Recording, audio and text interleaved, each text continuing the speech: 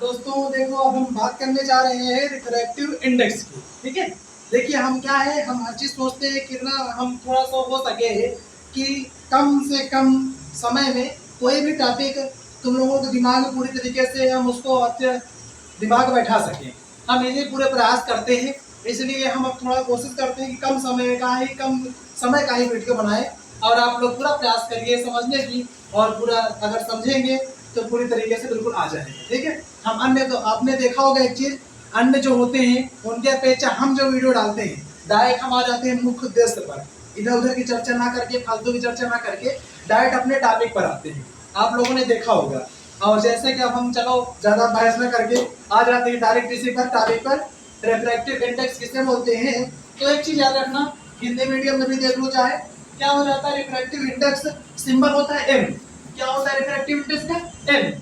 N के दो फार्मूले होते हैं, एक होता है एन बराबर साइन आई बटे साइन आर, और एक होता है सी अपान वी। तो रिफ्रैक्टिव इंडेक्स के दोनों तरीके से हो सकता है। क्या बोल सकते हैं इसको कि सी और वी दोनों का रेशियो रिफ्रैक्टिव इंडेक्स के इक्वल होता है। सवाल की बात आती है अक्सर। ठीक है, एब्सोल्यूट रिफ्रैक्टिव इंडेक्स की बात आ जाती है, हम लोग बोल देते हैं the ratio of C and V is called refractive index. मतलब speed of light in air in vacuum. से क्या होता है, वैक्यूम में स्पीड ऑफ लाइट, वी होता है मीडियम, किसी भी ग्लास हो चाहे जो भी मीडियम हो, किसी मीडियम में स्पीड ऑफ लाइट, दोनों के रेशियो को हम बोलते हैं फ्लूइड रिफ्रैक्टिव इंडेक्स। या हम लोग बोलते हैं क्या, आपतन कोण की ज्या। साइन क्या हो जाता है, आपतन कोण की ज्या। साइन क्या है, ज्या, इसको हम बोलते हैं क्या, ज्या। साइन आई और साइन आर दोनों का रेशियो रिफ्रैक्टिव इंडेक्स कहलाता है। तो देख लो, आपतन कोण की ज्या और अपवर्तन कोण की ज्या के अनुपात को अपवर्तनांक कहते हैं। एक परिभाषा क्या हो गई, आपतन कोण की ज्या और अपवर्तन कोण की ज्या दोनों को हम क्या बोलते हैं, अपवर्तनांक कहते हैं। स्नेल के नियम से भी डिफिनेशन बन जाती है इसकी। ये क्या होता है, स्नेल का नियम, स्नेल्स लॉ। क्या होता है, इसको हम क्या बोलते हैं, n बराबर sin i बटे क्या हुई, स्नेल का नियम। पुनः एक बार हम रिपीट करा दें, क्या हो जाता है, आपतन कोण की ज्या और अपवर्तन कोण की ज्या दोनों का अनुपात एक क्या होता है, अपवर्तनांक कहते हैं। दोनों का अपवर्तनांक कहलाता है, अपवर्तनांक कहलाता है। ये होता है स्नेल का नियम। ये देखो, ये हो गया स्नेल के नियम के अनुसार। या आप कह सकते हैं प्रकाश, वायु में प्रकाश की चाल, माध्यम में प्रकाश की चाल, speed of light in air, speed of light in medium is called, दोनों का रेशियो क्या कहलाता है, refractive index. Refractive index is a value calculated from the ratio of speed of light in vacuum to in the second medium of greater density. मतलब ये density जो इसका हुआ, ये इससे क्या होगा, ग्रेटर होगा। और ये होता है speed of light in vacuum. Vacuum मतलब एक बंद चैम्बर जिसमें एयर ना पहुंच रही हो, मतलब एयर पहुंच ना रही हो। तो ये क्या हो रहा है, speed of light in vacuum, 10 की पावर 8 होती है सी की वैल्यू। और ये क्या हो रहा है, किसी एक मीडियम। तो कह देते हैं हम क्या, refractive index is a value calculated from the ratio of speed of light in vacuum to in the second medium of greater density. ये पहला मीडियम की बात हुई है, दूसरे मीडियम की बात हुई है। ये होता है मीडियम हुआ ये, और एक मीडियम हुआ ये हुआ। तो ये हुआ आई वाला पोर्शन, ये हुआ आर वाला पोर्शन।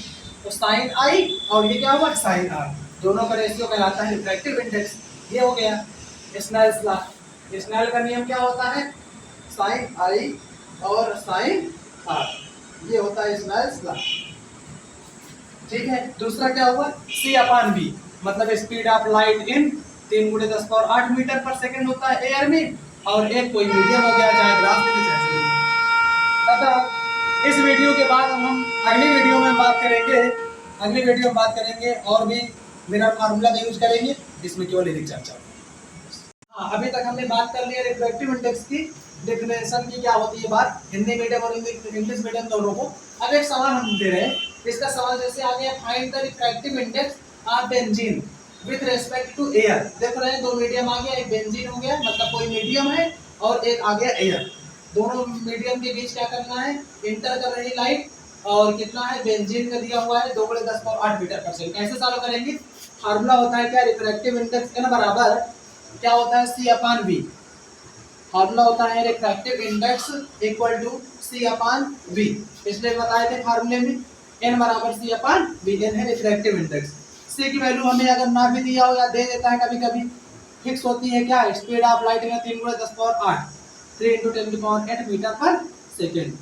v की वैल्यू कितनी दी हुई है, देख रहे हैं, speed of light in benzene, मतलब बेंजीन कोई एक मीडियम है, मीडियम में दे रहा है स्पीड ऑफ लाइट, क्या दे रहा है 2 × 10⁸।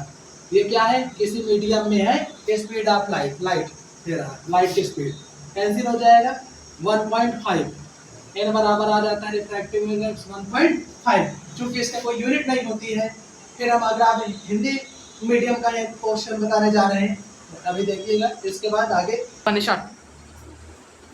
हाँ, तो ये हिंदी मीडियम का एक क्वेश्चन है, मीडियम से हम बता रहे हैं, n का मान दे रहा है, अपवर्तनांक दे रहा है, n बराबर हो गया 1.5, अपवर्तनांक होता है n, आ गया 1.5 का, वायु से कांच में प्रवेश कर रही है और कांच में प्रकाश की चाल, मतलब माध्यम में प्रकाश की चाल, कांच कोई माध्यम हुआ और माध्यम में प्रकाश की चाल जो होता है, प्रकाश है कांच में, ये क्वेश्चन मार्क हो गया, और c का मान होता है 3 × 10⁸ मीटर पर सेकेंड।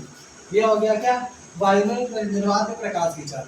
फार्मूला क्या हो जाता है, n बराबर c/v, n का मान 1.5, c का मान फिक्स होता है 3 × 10⁸, v का मान पूछ रहा है, v मतलब कोई माध्यम में प्रकाश की चाल, माध्यम क्या है इसमें, कांच, कांच में प्रकाश की चाल, क्या हो जाएगा 1 क्रॉस मल्टीप्लाई कराएंगे तो 1.5 v बराबर 3 × 10⁸, v बराबर 3 × 10⁸ बटे 1.5, दशमलव हटा नीचे, ऊपर 1 0 बढ़ गया क्योंकि एक अंक बाद दशमलव का, 15 दूनी 30, v का मान आ गया 2 × 10⁸ मीटर प्रति सेकेंड। ये हो गया, v क्या है, माध्यम में प्रकाश की चाल, माध्यम इसमें क्या है सवाल में, कांच, तो कांच में प्रकाश की चाल आ गई 2 × 10⁸ मीटर पर सेकेंड। इस प्रकार ये सवाल होता है सॉल्व। अब हम इस प्रकार दोनों सवाल हो जाते हैं। अभी एक और टाइप के आते हैं sin i बटे sin r वाले, अभी हम इस टाइप की चर्चा कर दिए हैं। अब अगली वीडियो में और भी सवाल की बात करें।